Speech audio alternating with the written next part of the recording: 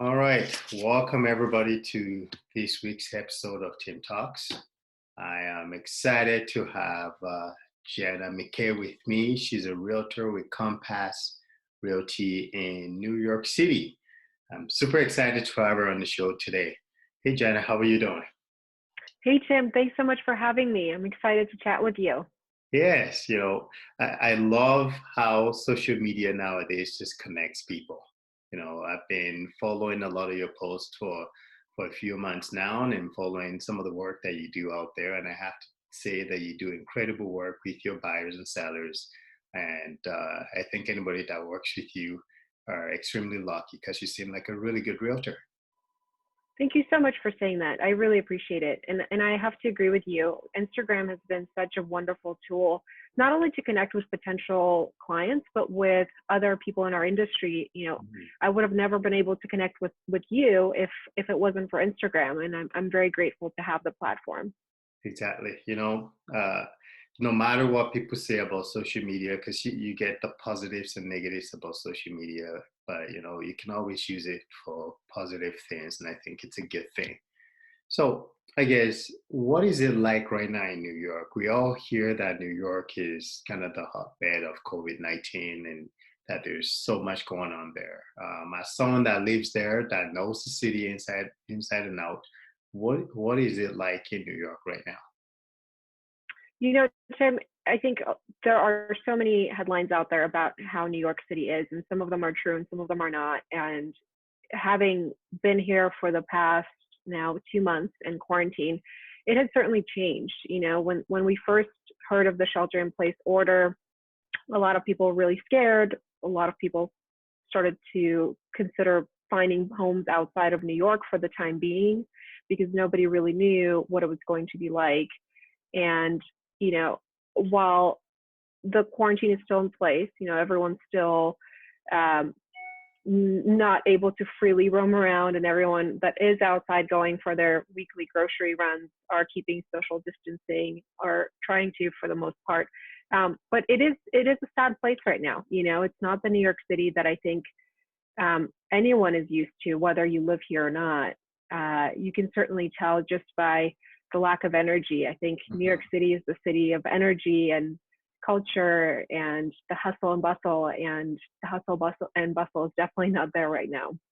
Is it just the streets are very quiet right now? Like, I was supposed to be in New York in June, as I was telling you last week. I was supposed to bring my daughter for her 18th birthday. That was my gift to her for her 18th birthday and her grad. So I'm actually supposed to be there to go to a concert, but all of that is on hold right now. The streets just very quiet and empty because I've always pictured New York as a very busy place, very lively, and so much going on. Is it just the opposite right now? Exactly right. And I remember when you were telling me about the concert that you were gifting your daughter, which would have been the best 18-year-old birthday present ever. I certainly would have loved that from my parents when I was 18. But I think, in all fairness, it wouldn't have been the same if you came now. Mhm. And the reason for that is exactly what you said. Is just the hustle and bustle is not there because everyone is sheltering in place. The only people that are truly out there are essential workers and people that absolutely have to be outside, whether it's for a sanity walk to the Yeah. park or a weekly grocery run. But yeah, the streets are empty. The restaurants are shut down for the most part, except for the ones that are doing delivery and takeout. And I think it was actually over a month ago now. I remember I had to go into the city to pick something up, and I wanted to get a cup of coffee. In New York City, you have 20 coffee shops on one block, and I kept walking and walking and walking, and I thought, oh, maybe this place is still open. It wasn't open. Then I went to a Starbucks, which, to be honest, I usually avoid because I love supporting local coffee shops. Mhm. That wasn't even open. So it is a very, very different place right now. Wow. Wow. I feel for you guys. From everything that I hear in the news, there's so much going on, and you guys are affected really hard right now. So, with you being home for the last 2 months, what type of stories are you hearing? Is it as bad or is it worse than what we're hearing here in Canada about New York? Sure, that's a good question. I mean, I can only assume what people are hearing based on headlines in the news, and I'm sure a lot of it has to do with hospitalization rates and deaths and all of those really incredibly sad things that are happening as a result of Hmm. COVID. And that is true. The numbers don't lie. There's a big epicenter of COVID-19 in New York City. And, I think our governor, Andrew Cuomo, has been doing an amazing job managing these, really horrible effects on our people, our economy. But as far as stories, there's a gamut of stories. There are people that are doing so much to help others. I have a fellow agent at my company who was out there setting up the tents in Central Park and Wow. you know, um, delivering meals to healthcare workers personally. And I think those are the stories that I look to during these times, because Mhm. it's so easy to get caught up in the negative news headlines and create this negative environment for yourself outside of what's already happening. That's true. And there's a way to, focus on the positive, which is what I've been trying to do. That's good. That's really good.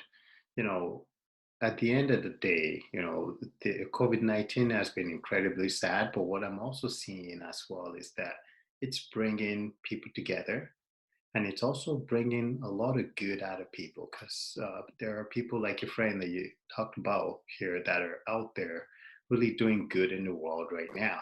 And I think that is just incredible. Um, your day-to-day life, how would you say it's changed uh, over the last couple of months? Oh gosh, completely changed, right? And I think for most people that would be the case. Uh, Certainly has been for me in real estate.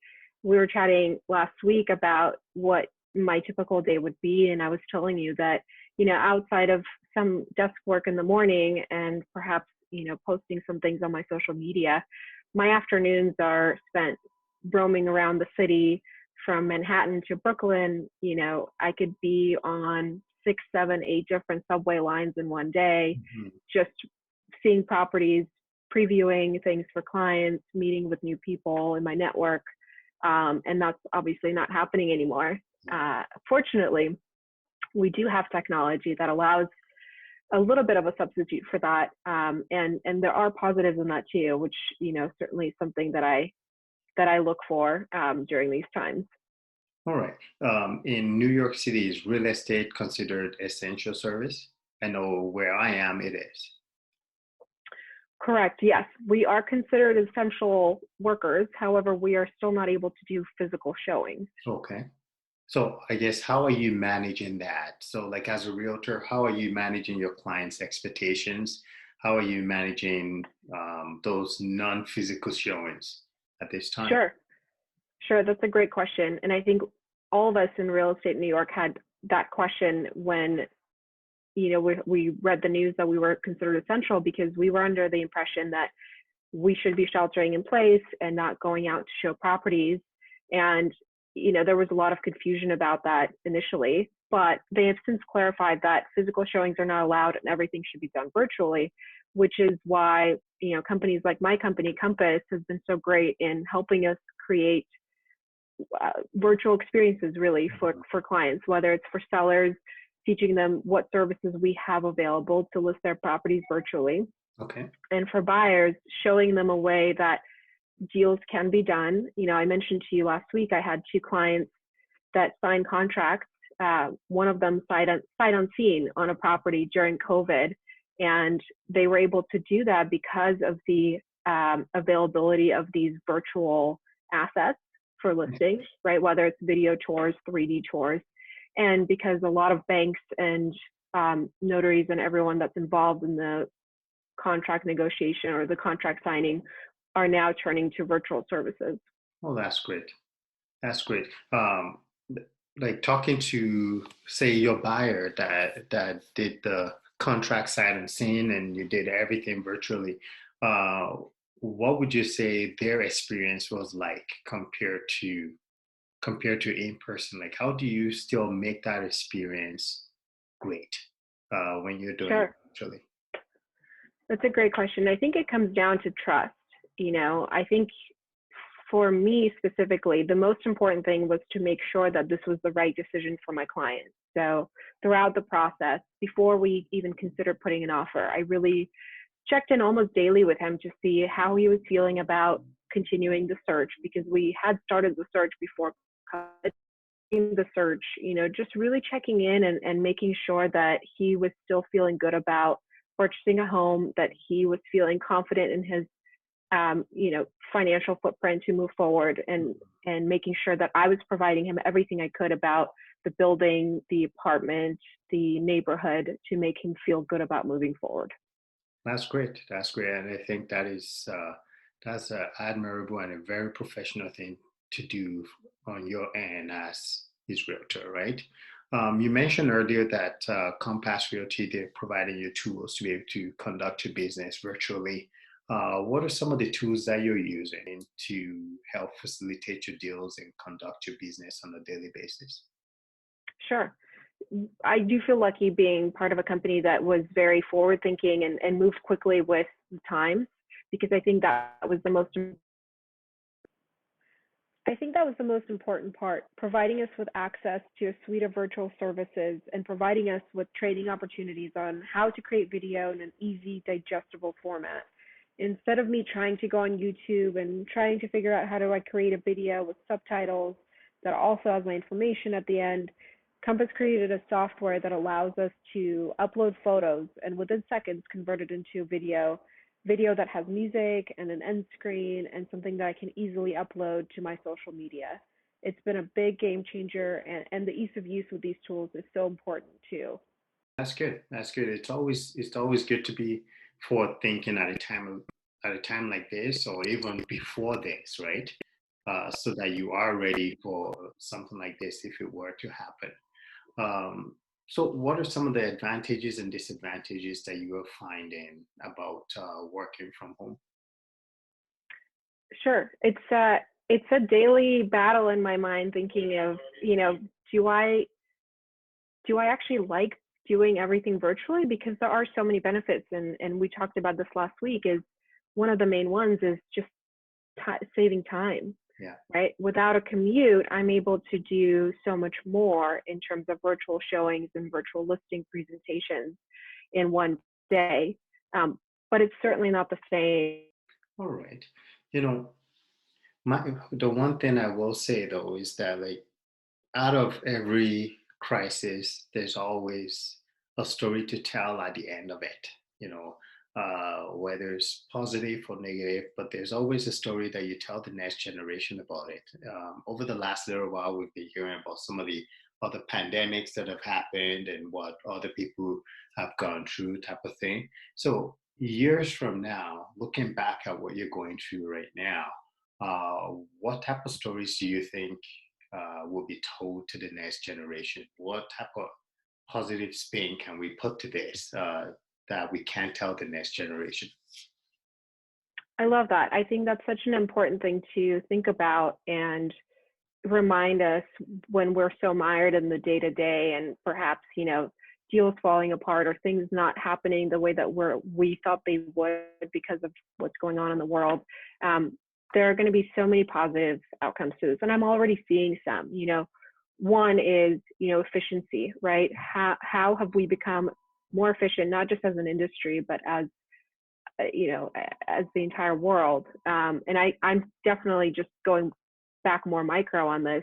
I'm definitely seeing it in the real estate industry. Mhm. A lot of things that were taking, days, if not weeks, are now done much easier virtually with a paper trail, with all the things that allow us to move forward. And it was just, it had to take a pandemic for that to be more widely accepted. And one other thing I would say is just being nimble and adapting quickly. I think that's something that will be a very important quality in perhaps, employees or people that you partner with or companies that you work for, because things like this can happen at a moment's notice. And I think a lot of people will want to be more prepared for the second time or the third time. And, hopefully it doesn't happen ever again. But True. I think that preparation and aligning yourself with the right people and the right companies is going to be very important to everybody. I think that is so true, because when you are forward thinking, like you mentioned earlier, you are usually more flexible because the things of the future are happening more quickly than in the past, right? So you become more flexible, and you put systems in place that allows you to be more flexible and more nimble to kind of tackle things like this. I often hear people say, I can't wait to return back to normal. I can't wait to return back to normal. Do you think that there will ever be the same normal that we had before, or are we looking at a new normal now that we've had a taste of, say, working virtually and being more efficient through that? Do you think we're looking at a new normal in the near future here? It's a really interesting thought. And I think it will depend on who it is. I think there are people that are going to adapt to the new normal. And I think there will be people that will try to bring the old normal back. And I think that's going to be a really big differentiating factor in personally who I would want to partner or work with. Because to me, if you don't learn anything from what just happened, then you're not somebody that I would ever want to work with. No, and that makes sense. That makes sense. I think a part of the people that may want to keep the whole normal might be the people that don't believe that this is a pandemic, because there's people on opposite sides of things, right? And they might just believe that it's not happening, type of thing, and they just want to go back to the old ways. But I mean, I'm the type of person is that once I see that things can be done a bit more efficiently, why go back to the inefficient ways? So I strongly agree with you too. I do think that for a lot of people, it's going to be a new normal, a new way of life, than before. And I'm hoping that companies that are out there right now, and entrepreneurs and small business people, are able to kind of see some of the efficiencies that has come out of this and implement that in their business on an ongoing basis. So Absolutely right. I totally agree with you. And I think to your point of small businesses and entrepreneurs, we have such an opportunity to instill this new normal and make it something that's a requirement for doing business with us, right? To me, my selection process of people I partner with, including photographers, 3D tour companies, any type of vendor, they have to meet the criteria of being nimble, being flexible, being compassionate during this time, and I think a lot of consumers are probably looking at it on a brand level as well, in terms of which brands have been compassionate in their reach out, that have offered to donate part of their proceeds or have been doing some volunteer work on the side. I think all of those are going to be really important factors in people selecting whom they partner with or what brands they choose to purchase. yeah, and that makes a lot of sense. I do also think that the public is watching right now, and the public is watching how every business responds. The public is watching, especially the businesses that are still kind of in service and still able to kind of do some work, rather than being completely shut down, right? They're watching how they respond. They're watching if you're being part of the community. They're watching if you're giving back to the community, because there are businesses that are completely shut down, and there are those that are not fully shut down right now, right? So I mean, I feel that the way we respond now, and the way that we become a part of the community now, and the way that we give back to the community now, will affect the way that consumers react to our products when we do go back to our new normal. So I do think it is important to definitely give back to the community at this time, and also kind of watch some of those things and watch how the consumers are reacting to. Because I mean, that's all part of the new normal, in my opinion. That's part of what we're gonna see as the new normal, coming real soon. So one last question for you: if there's something about New York that you can tell the world, what would it be? What is the best part of New York? Because you've been living in New York your whole life, or for how long? It's it was actually 4 years ago that I Okay. packed my suitcase from Los Angeles with a one-way ticket to JFK, and it was not the way that I envisioned celebrating my 4 year anniversary here, but I think it was also a reminder of why I came here, and it was the people, and the people will still be the same, and I think that's what makes the city so special. Is yeah, sure, there will be people that will leave because they want to live in the suburbs or don't need to be in New York City anymore because of their job. But I think the people that will stay are true New Yorkers. And I think at the end of the day, New York is still New York and it's still going to be the greatest city in the world. So to me, well, I can argue that where I live is the greatest city in the world. Of course.